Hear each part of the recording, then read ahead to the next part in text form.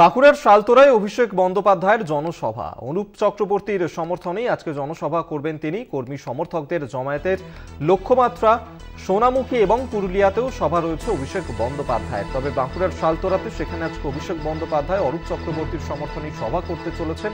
আর কিছুক্ষণের মধ্যেই তিনি সেখানে এসে উপস্থিত হবেন এবং ইতিমধ্যেই শেষ মুহূর্তের প্রস্তুতি সারা কর্মী সমর্থকরা তারাও এই মুহূর্তে সভামুখী হয়েছেন। কর্মী সমর্থকরা তারা এসে উপস্থিত হচ্ছেন সেখানে এবং পাশাপাশি আরো দুটি সভা করার কথা রয়েছে। সোনামুখী পুরুলিয়াতেও সভা করবেন অভিষেক।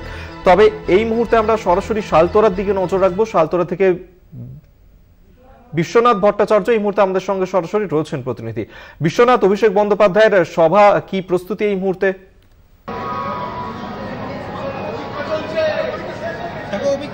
দুপুর 1:45 নাগাদ অভিষেক বন্দ্যোপাধ্যায়ের এই শালতোড়ার সভাতে আসার কথা রয়েছে।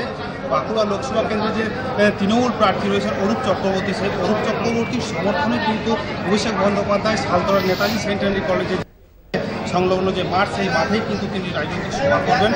সূত্রে খবর যেটা জানতে পারছি যে প্রায় 30,000-এরও বেশি কর্মী সমর্থকের উপস্থিতি কিন্তু এখানে থাকার কথা, কারণ তৃণমূল কংগ্রেসের কর্মী সমর্থকেরা প্রচুর পরিমাণে মানুষের জমায়েতের জন্য কিন্তু সকাল থেকেই ময়দানে নেমে পড়েছেন। বাঁকুড়ার এই লোকসভা কেন্দ্র দীর্ঘদিন ধরে কিন্তু বিজেপির দখলে রয়েছে, সেই আসছেন এমনটাই কিন্তু তৃণমূল কর্মী ও সমর্থকেরা কিন্তু দাবি করছেন। যদিও অভিষেক বন্দ্যোপাধ্যায়ের এই সভা আগামী দিনে কতটা কার্যকরী হবে বা কতটা বাস্তব রূপ পাবে সেটা কিন্তু অবশ্যই বলবে ভোট গণনার পরেই। ধন্যবাদ তোমায়। এতক্ষণ সরাসরি বিশ্বনাথ আমাদের সঙ্গে ছিলেন প্রতিনিধি শালতোরা থেকে। শালতোরায় আজ অভিষেক বন্দ্যোপাধ্যায়ের জনসভা রয়েছে, সেখানেই অরূপ চক্রবর্তীর সমর্থনে জনসভা করবেন অভিষেক বন্দ্যোপাধ্যায়।